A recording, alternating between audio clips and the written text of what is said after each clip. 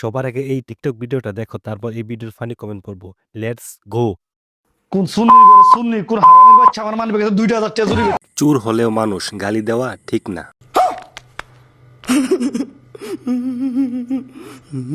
আল্লাহ কইতে এটা জোলাই না, আল্লাহ কইতে এটা হুসি হুসি হলো, আল্লাহ কইতো হারামের বাচ্চা কোনকার এই সুন্নি ব্যাপার কি? ভিডিও করে এই সুযোগে বেটা শাশুড়ি সহ 50 সাবান দিয়ে বুকে ধুয়ে দিল।